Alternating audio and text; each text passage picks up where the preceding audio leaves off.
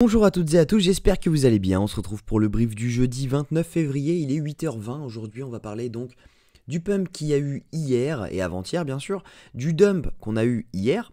On va également parler donc des news économiques, du ratio long and short, du funding, open interest, des liquidations et on finira par l'analyse technique en passant par quelques petites informations utiles à bien avoir en tête.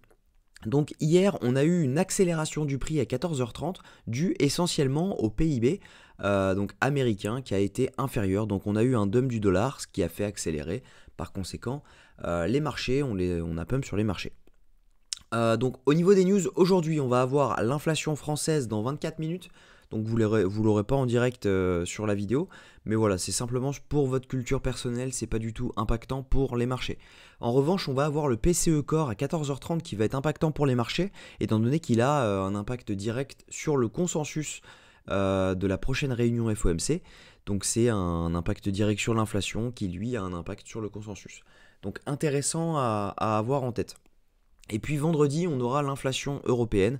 Donc pareil, un petit impact sur l'euro USD. Donc si jamais vraiment on a une grosse différence, on pourrait avoir un impact sur les marchés, mais sinon il va être minime. Donc c'est vraiment cet après-midi que ça va être important. Au niveau du ratio long and short, on est sur un kiff-kiff. On était sur 2,9 milliards hier. On a eu pas mal de liquidations. Donc là, on est vraiment sur du 50-50. Donc intéressant à voir. En revanche, il y a d'autres informations que vous allez voir qui sont plutôt bonnes à prendre.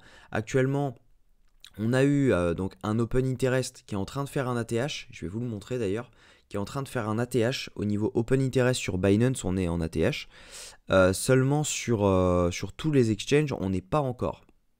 Donc on va voir jusqu'où ça nous emmène. Mais voilà, on n'est pas encore sur un ATH parce que on était là. C'est pas encore dépassé. En revanche, sur les autres exchanges, oui. Donc assez intéressant comme information puisque on n'a jamais été aussi haut en contrat dérivé. Donc plutôt intéressant. Alors, donc, si jamais on veut analyser ça, tout simplement, on a une énorme hausse de l'open interest. Là, on avait une hausse, ok. Derrière, on a continué à pump alors que le funding, lui, descendait, ok. Et tout simplement, ça a fait accumuler des liquidations qui étaient juste au-dessus, ce qui a fait qu'on a pump. Ensuite, donc, on a eu une hausse du funding avec une hausse donc, de l'open interest. Ensuite, on a eu une énorme baisse, donc ici, là. Sur ce dump, tout le monde s'est dit, ok, ici on a un top, donc let's go pour le short. Tout simplement, on a eu une baisse du funding avec une hausse de l'open interest, ce qui veut dire que c'était des shorts qui sont rentrés. Et derrière, on a eu une hausse du funding avec une hausse de l'open interest. Ce qui veut dire que tout ici, c'était du long. Et si jamais on regarde les liquidations, tout simplement, on voit que sur 30 jours, on a 12 milliards à aller chercher à 47 000. Si jamais on regarde sur 7 jours, on a, si ça veut bien charger, on a 6 milliards à venir chercher à 54 000 pour même pas 1 milliard si on va à 70 000. Donc il n'y a pas énormément de liquidation. Et si on regarde sur un jour, on a 5 milliards à venir chercher. Ça veut dire qu'il y a 5 milliards qui sont rentrés hier, juste hier, en longue. Donc c'est énorme et on a 1,3 milliard à venir chercher si on va aux 70 000. Donc ça c'est vachement intéressant comme information, mais maintenant comment expliquer ce pump?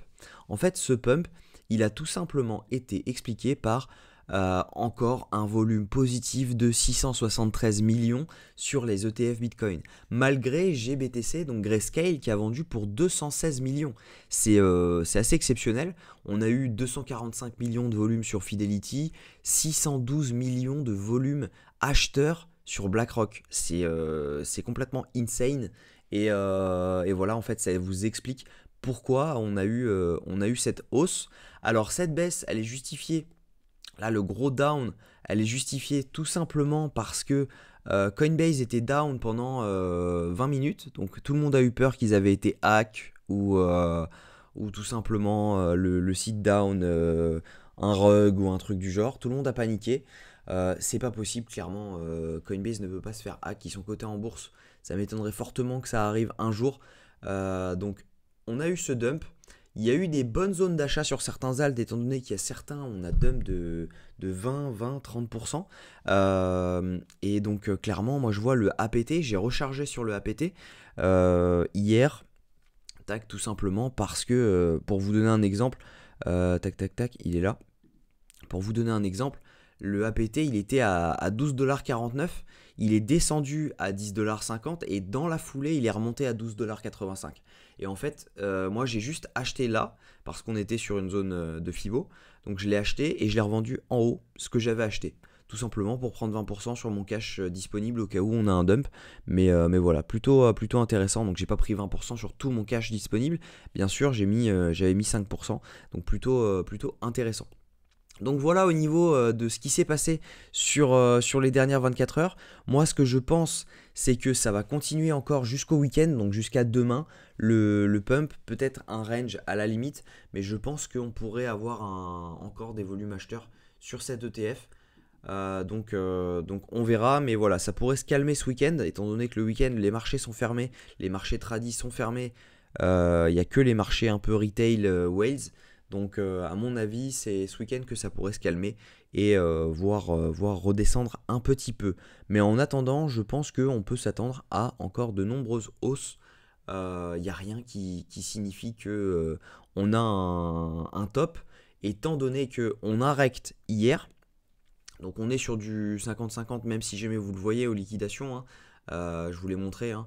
On a quand même pas mal à venir chercher, donc il suffit d'une petite étincelle pour allumer le feu pour que tout s'embrasse tout simplement, hein.